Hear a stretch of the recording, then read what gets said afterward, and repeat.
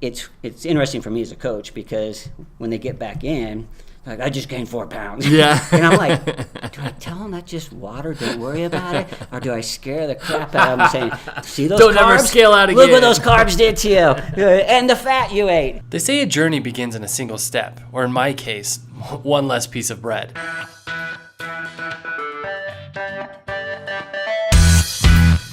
My name is Chad, and I'm your test subject. I have sought out an expert in the field of nutrition and fitness who I hoped would help me feel, well, better. They call him the biohacker, but I call him Eric. I hope you'll join me on a path that leads you and I to optimal fitness as we live our lives in ketosis. This is the Life in Ketosis podcast, a biohacker's guide to optimal body performance.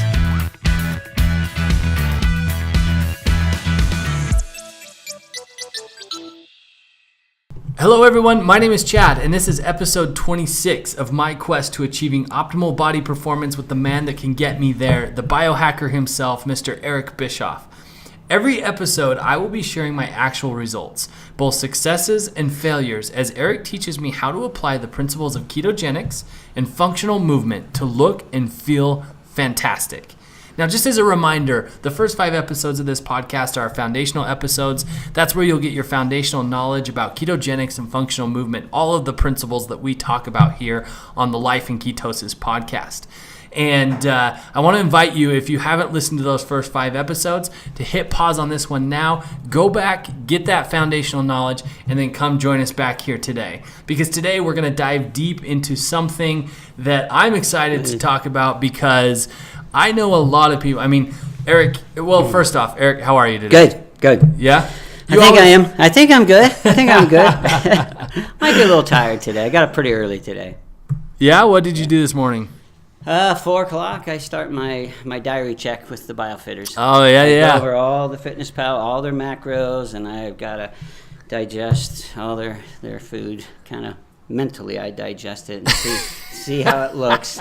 Then I got to make comments. You mentally digest what they physically digest. And I got to look for, there's a lot of little mistakes in there, and they, wrong sweeteners, or they overloaded their carbs, and so that could be a podcast topic. It really could be. Yeah. I mentally digest what you physically digest. Then I comment on it. So I have to start that at 4 o'clock to get the day going. So, yeah.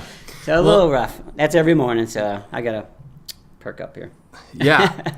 Well, let's dive in. So today we're going to talk about a topic that I think is interesting, and here's why I think it's interesting is because keto has become such a hot topic, such a hot buzzword, right? Yes. And there's a lot of misinformation about keto, but there's also a lot of practicing of keto from our standpoint, right? Everybody kind of has their opinion, and that's just kind of how these things go. Right. We're basing ours off of science. Mm-hmm. I shouldn't say we. Right. I don't want to give myself any credit on this program, but you got it. But your philosophy is based off of science, based off of numbers, testing, all of that kind of stuff, which I think is awesome. Yeah. And you are lent really well to the high performance athlete, the one who wants proof, the one who wants to gauge progress and success and all that kind of stuff. So let's just get right into it. Yeah. So a lot of people are jumping into quote unquote keto in a half-assed sort of way. Yes. And that's our topic, and we're going to talk a little bit about the dangers of that. And I think the dangers are multifaceted, right? Yes. We have obviously the physical dangers. Right. When you're halfway in keto, that usually means you're eating high fats, but not toning down your carbs. Right. So we're going to talk a little bit about that. But there's also, I think there's a mental state to it, and some detriment there, and a few other ways that we're going to talk about. But Let's dive right in, and maybe we should start with a baseline. What are we calling half-assed keto? It's hard because it's gotten so popular, and keto's out there everywhere. And I'm more of the, I'm the numbers guy. Okay, I'm more hardcore science type of guy. I want to dig, research.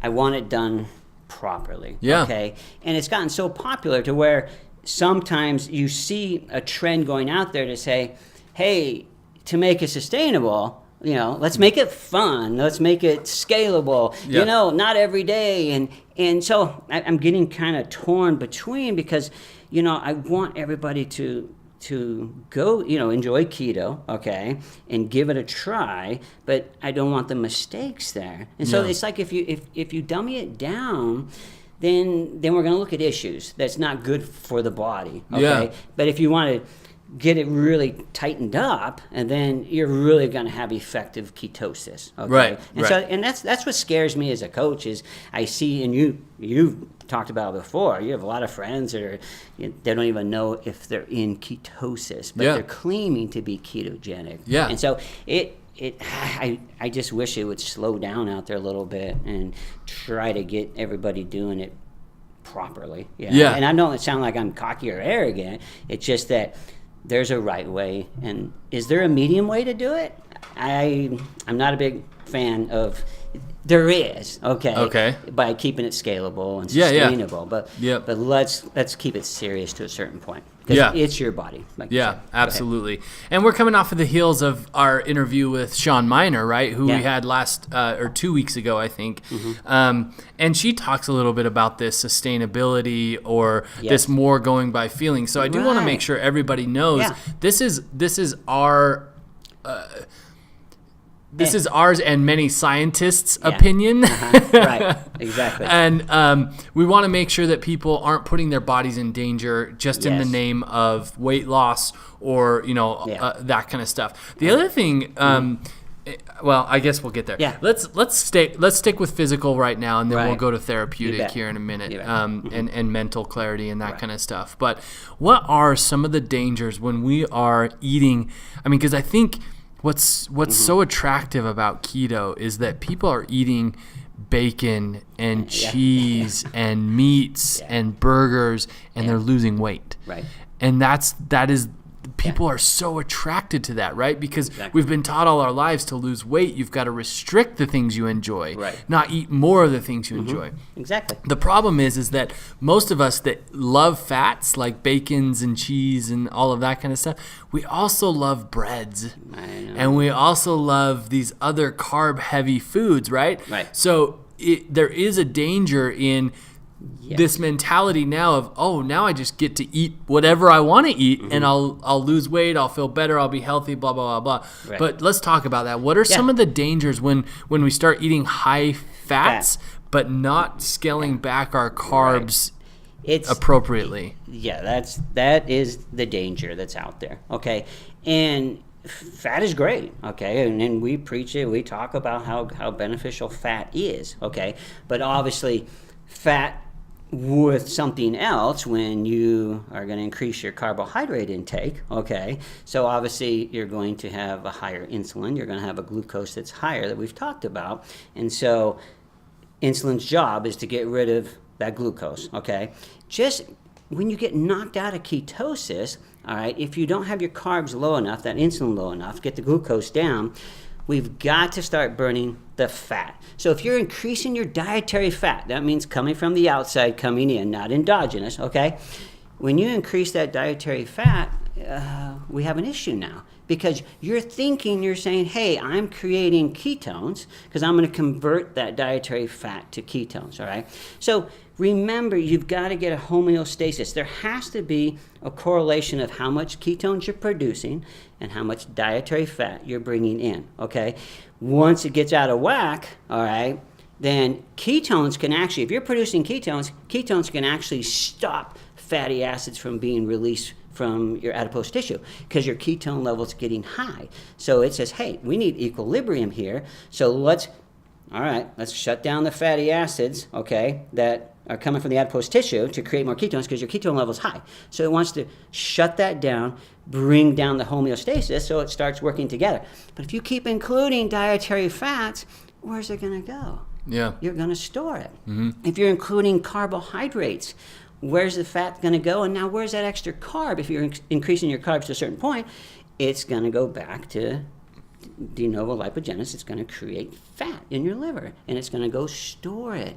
And so a lot of these people are saying, hey, I'm keto, but it's very important to watch that baseline of how many carbs coming in, because once you trip over that, then if you're taking too many carbs and too much fatty acids coming from the outside, it's not going to do your health any good. You're going to store it. You're going to store it. So we're always seeking that balance. And in all ketosis, when you first start, your body's trying to get that balance of the ketone production versus the fatty acids coming in versus the fatty acids being released. And it's intricate. It really is. Yeah, that's interesting. And so with your experience of, over 1,000 hours of coaching people in ketogenics easily, there's this behavior that you've talked a lot about, and you've talked with me a lot about, is that you've noticed in people, and there's really no way to measure this, right? Because they're not tracking them, but most likely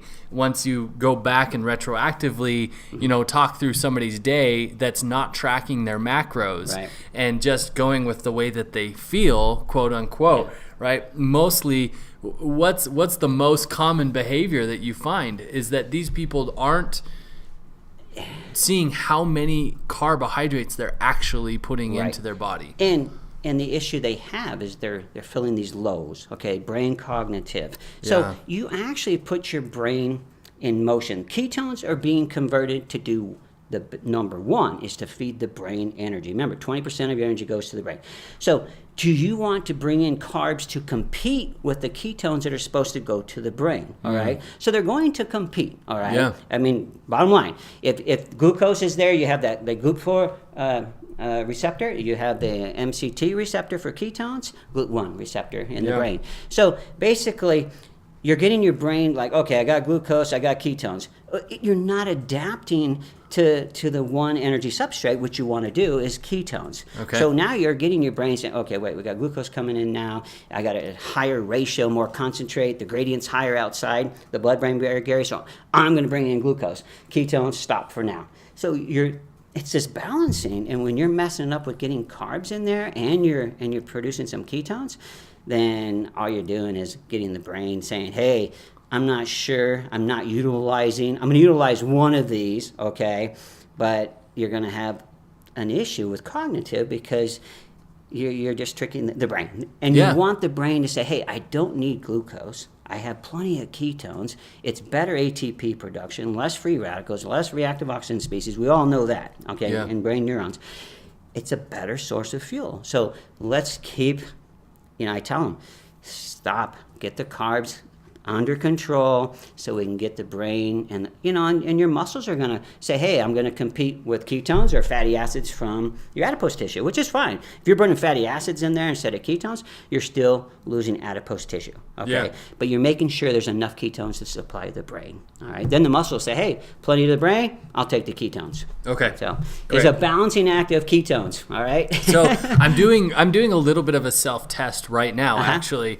And I hadn't talked to you about this at all up to this point, but I just wanted, I've been in ketosis for quite a while now. It's been a long time since I've scaled out. Well, I scaled out during Christmas, but I didn't really pay a lot of attention. I mean, it was, that time of year is so weird. You're doing parties. You're not necessarily working your same schedules and all that kind of stuff. So it wasn't a good baseline for me or a good, experimentation. And I wasn't purposely doing it. I just wanted to eat what everybody else was eating. And people are providing it and it's social and we've talked about it. What I'm doing right now is I went out of ketosis. I started eating carbs and stuff on Thursday.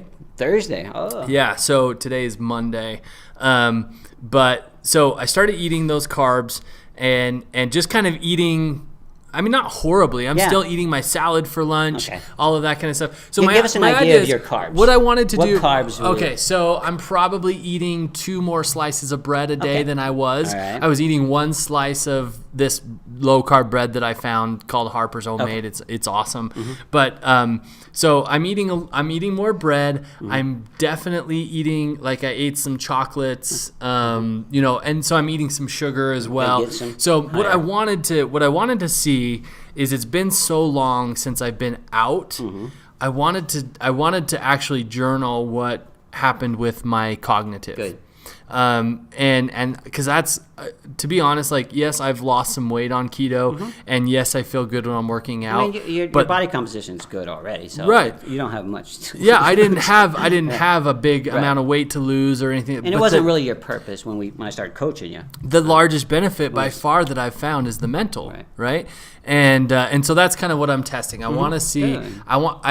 To be honest, I just wanted to feel that afternoon lull again. I wanted to feel that hunger in the morning. I wanted, just so I could remind myself that this works. I'm living a great way, right? Yeah. You know, sometimes you can't notice the good without the bad. And so anyway, I'm just doing it for myself, for my own mentality. But what I've noticed is that I've become so accustomed and have learned to love fat so much that I'm still eating a lot of fat. I'm still eating the things that I've learned to love on the ketogenic diet, plus the extra carbs, plus the sugar. Yep.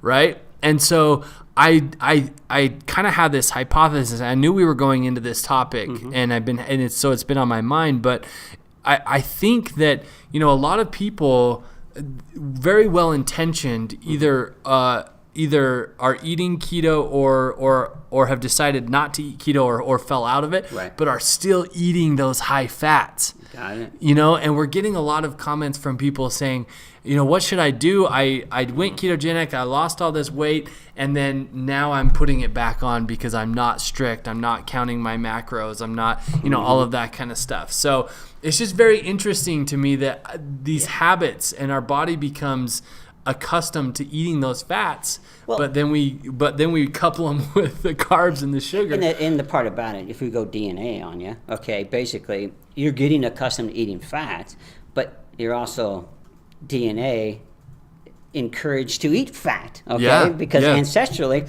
that's what we ate, okay? And so you're actually doing what your genes are actually genetically saying, hey, let's eat fat. And now you've tasted it. It's satiating. It's beneficial health-wise. And your body says, hey, let's stay in this fat mode. But you're adding all the carbs on top of it. You know? And so that's...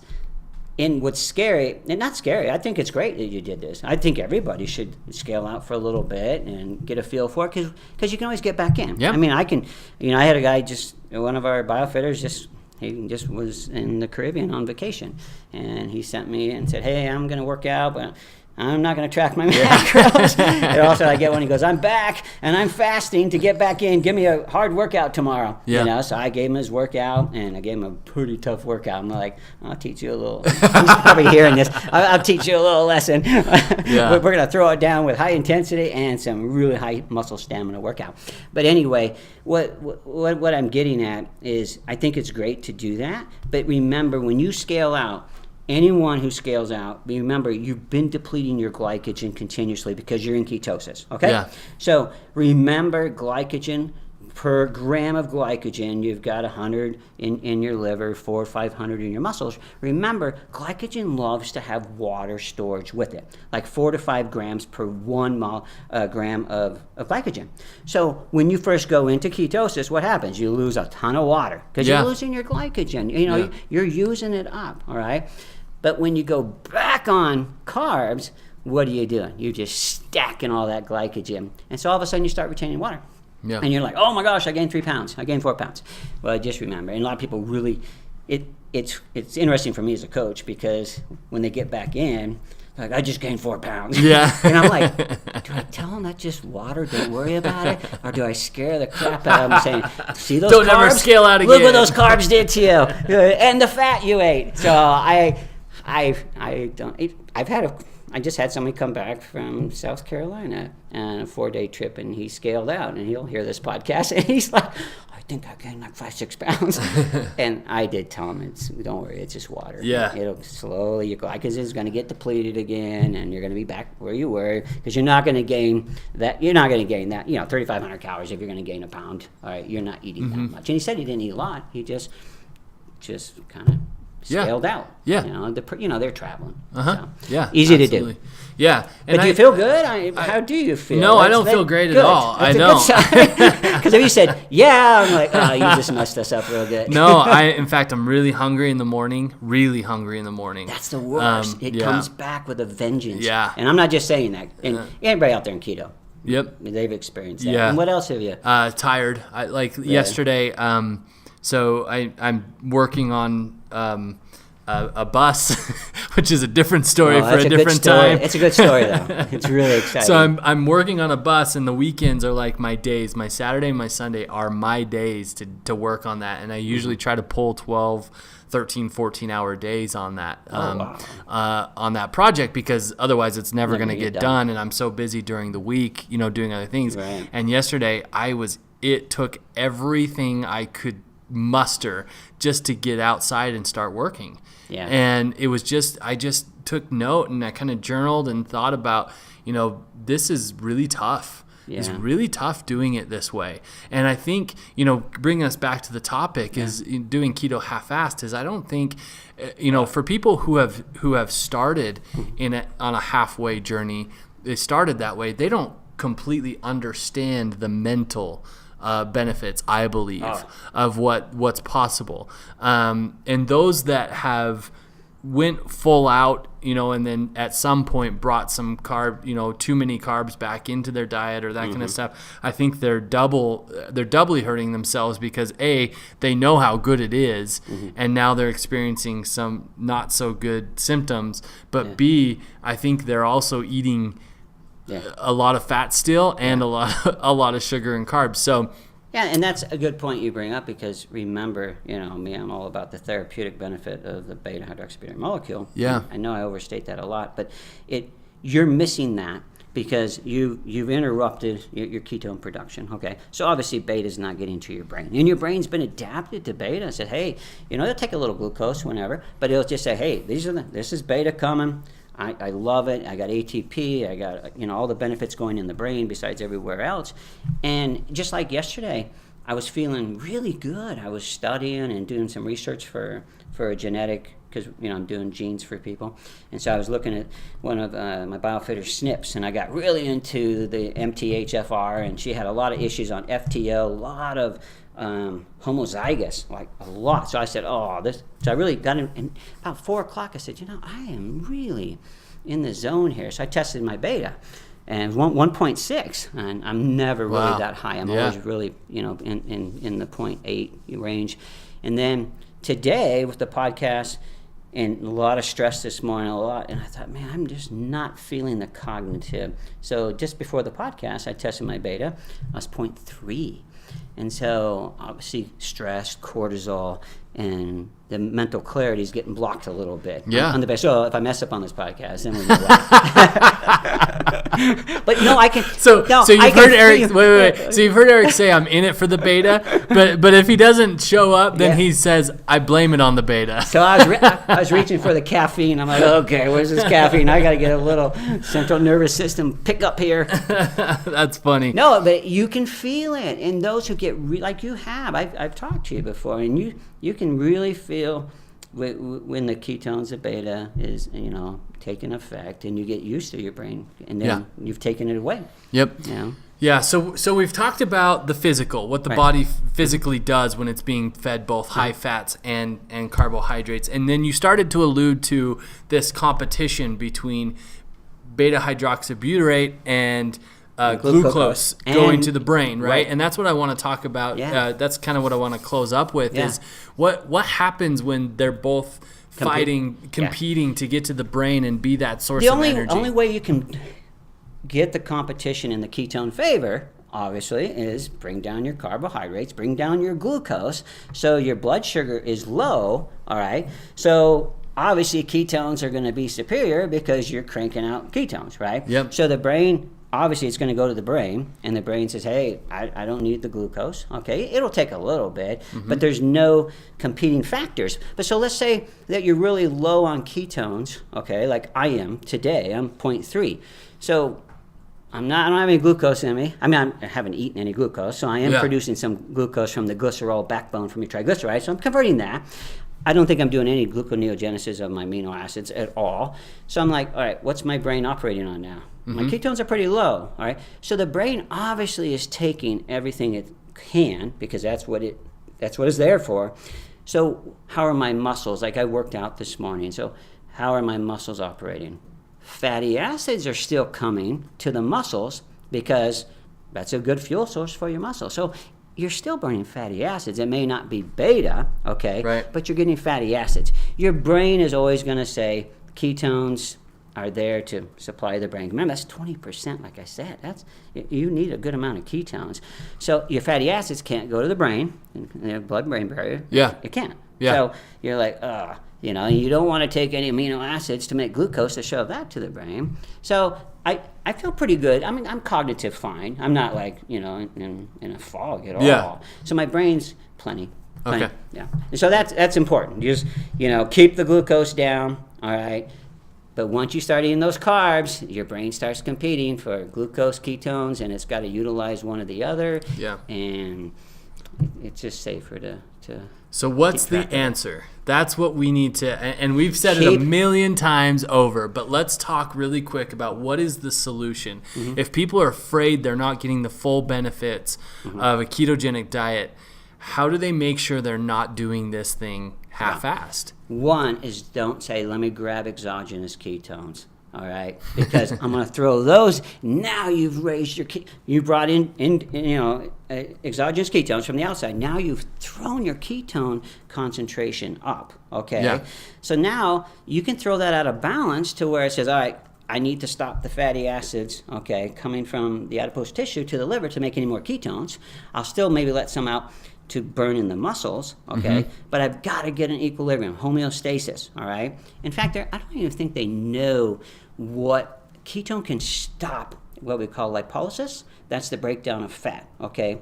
It's either, we have the HSL, the hormone-sensitive lipase, or is it some other receptor that the ketone actually stops that fat cell from saying, hey, I'm not letting you release those fatty acids. Your ketone level's too high, all right? So if you're taking beta, throwing up your ketone, all right, to, a pretty good high millimole, then you're also having carbs coming in, then there's another thing you got to balance. I'm not against exogenous ketones, but remember, you drive all that ketone, if you're producing ketones like I am, and I drive it up to a high millimole, guess what? Something has to give, because that's the negative feedback loop. It says, hey, too much.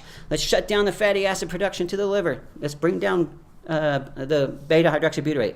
So it's a balancing act. Yeah. So you gotta be careful.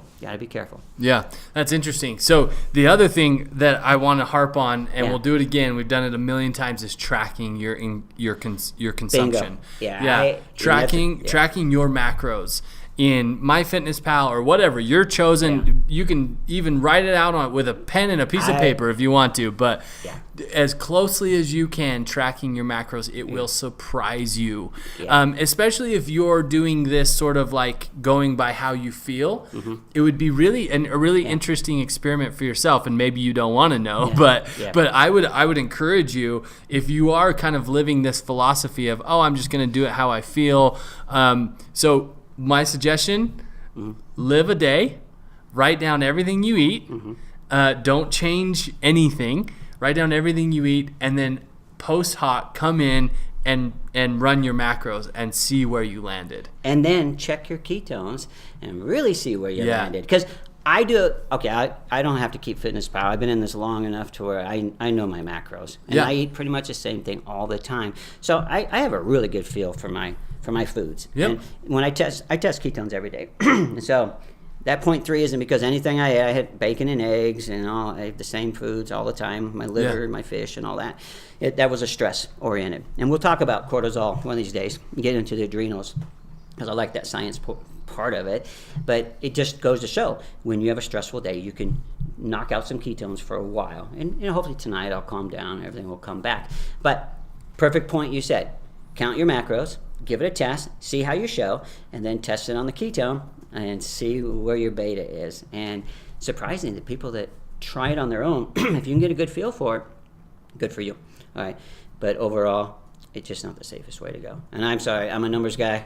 Yeah. Biomarkers, genetics, macros, you give it to me. I have to put it in numbers. Yeah. And if that's I say one size doesn't fit all. And there's Right. people out here, if that's too much stress for you, I have a biofitter now. She just flat out told me, she listened to our other podcast, Sean's podcast, and I said, that's okay. She goes, I have to do that. I can't have the stress of counting my macros. And I'm like, okay. All right, let's just work your carbs. How about just count your carbs? All right, if you go by Phil on the others, let's count your carbs, because those are what's going to knock you out. And she says, I think I can do that. Yeah. And so we can always go there if you have to. Yeah. You know. That's great. But I mean, and here's a sub kind of point, I guess, that I didn't plan on talking about in this podcast. But the other thing is if you don't think you're getting the mental clarity that you think you should be getting, right? Or if you're not getting the benefits that you think you should be getting, there's no way for you or a coach or a mentor or even a chart to tell you what you're missing unless it's been tracked. Got it. Right? And so there's been a lot of times where you've pointed out to me, hey, Chad, looking at your macros and your sodium seems a bit low. Yeah. And it will click, oh my gosh, yeah, I've been feeling this, a little bit lately or whatever. And that's what, there's no way we would have known that Nope. unless we were tracking it. Exactly.